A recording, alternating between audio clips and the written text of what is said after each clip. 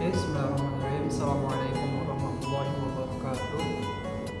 Perkenalkan, nama saya Andika Rasmaputra Komara.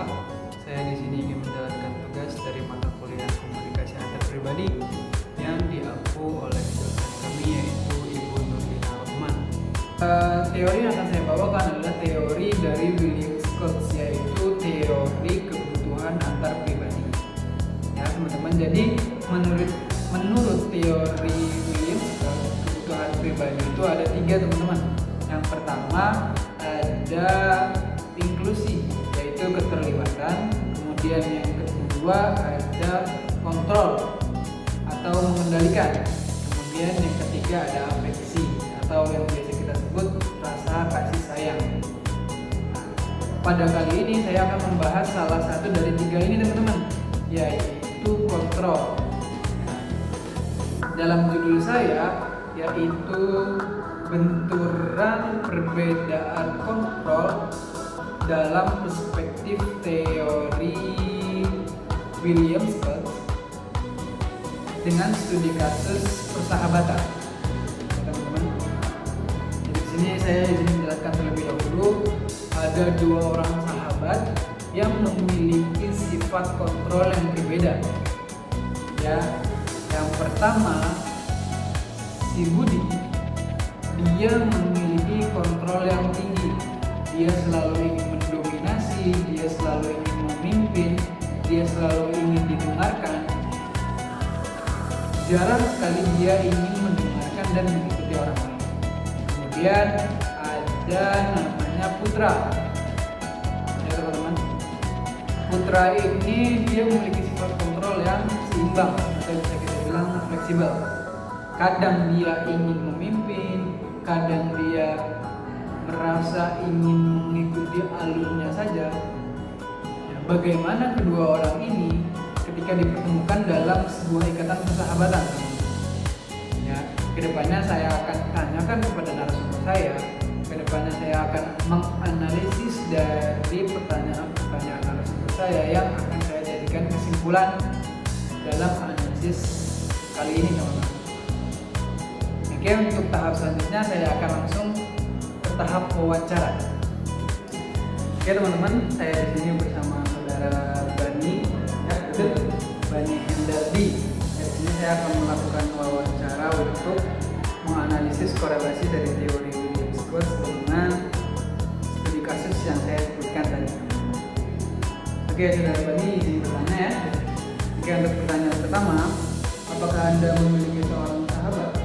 Bisakah Anda ceritakan sedikit tentang diri Anda dan persahabatan Anda dengan sahabat Anda sendiri? Iya, saya punya sahabat namanya Diana. Dia ini orang Tangerang ya. Saya awal kenal dia dari kuliahan. Saya tahu dia satu kosan sama dia.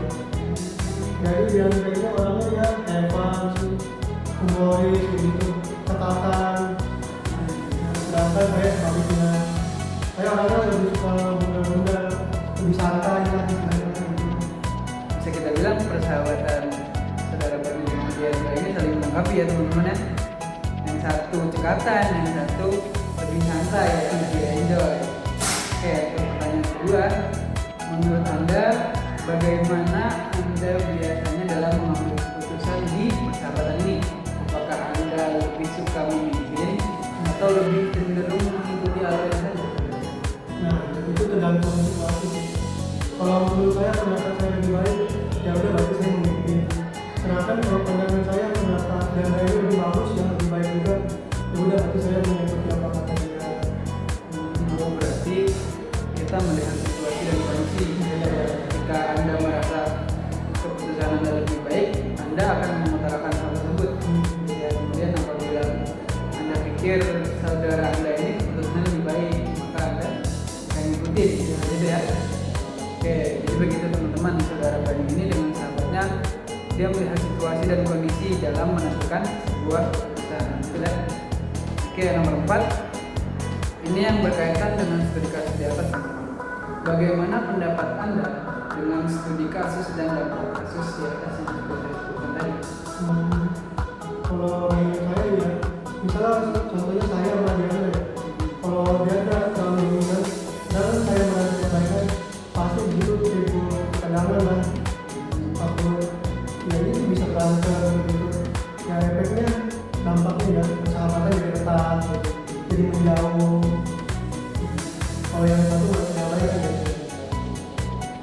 sesuai ya dengan studi kasus kita ya.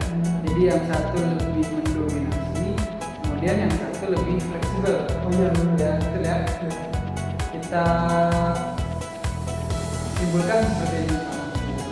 Ketika Anda terlalu didominasi oleh sahabat Anda, dianggap, iya. kemudian Anda merasa tertekan dalam persahabatan ini.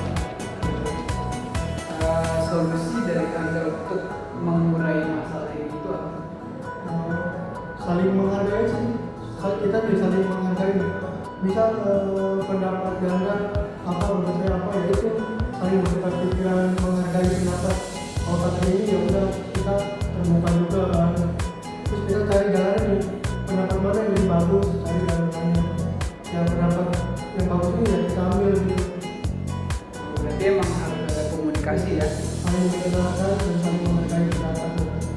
Betul, itu teman-teman. Jadi dari saudara Bani ini bersolusi untuk persahabatan yang diisi dengan keegoan yang tinggi, itu harus ada rasa saling ingin mendengarkan dan ingin menghargai gitu ya. Gitu teman-teman. Jadi kita simpulkan ya bahwasanya persahabatan yang penuh dengan ego itu bisa terurai dengan kita ingin mendengarkan, dengan kita ingin menghargai sahabat kita masing-masing. Seperti itu teman-teman. Betul. Ya teman-teman, jadi kita akan menaruh yang kedua. Ya, kita perkenalan dulu. Halo, aku Cynthia dari Fakultas Ilmu Sosial dan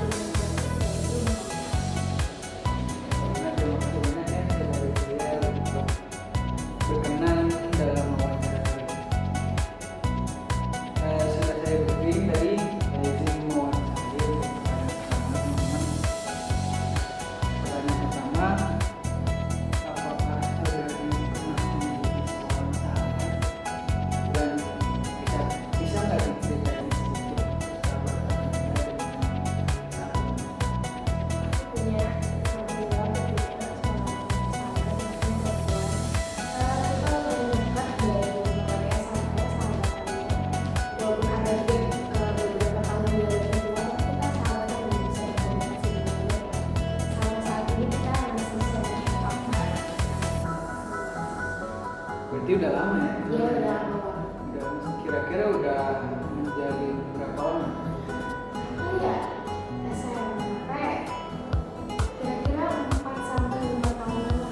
Cukup lama ya teman-teman. 4 sampai 5 tahun.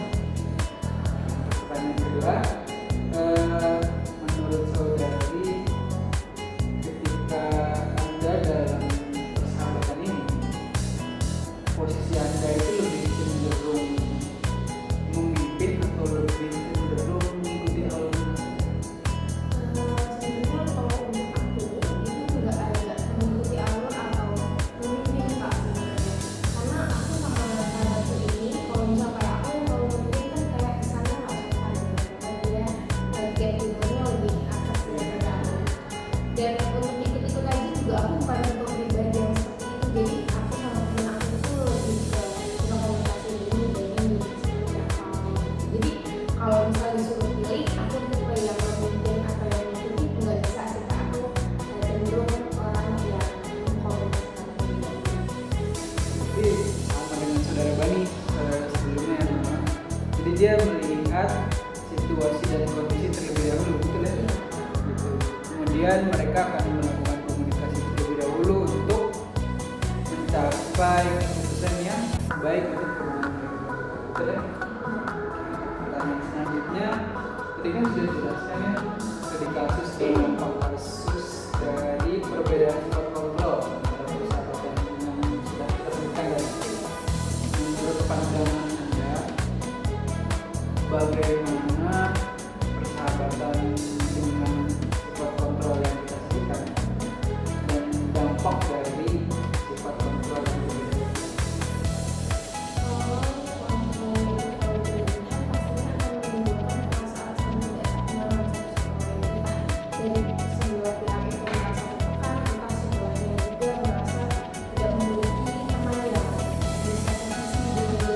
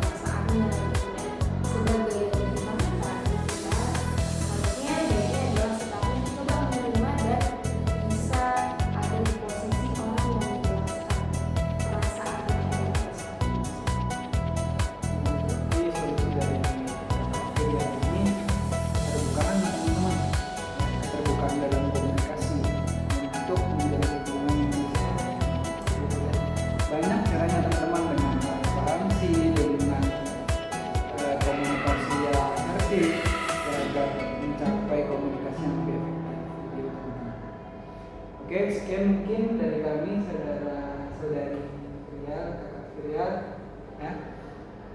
Kurang lebihnya mohon maaf. Wassalamualaikum warahmatullahi wabarakatuh. Waalaikumsalam.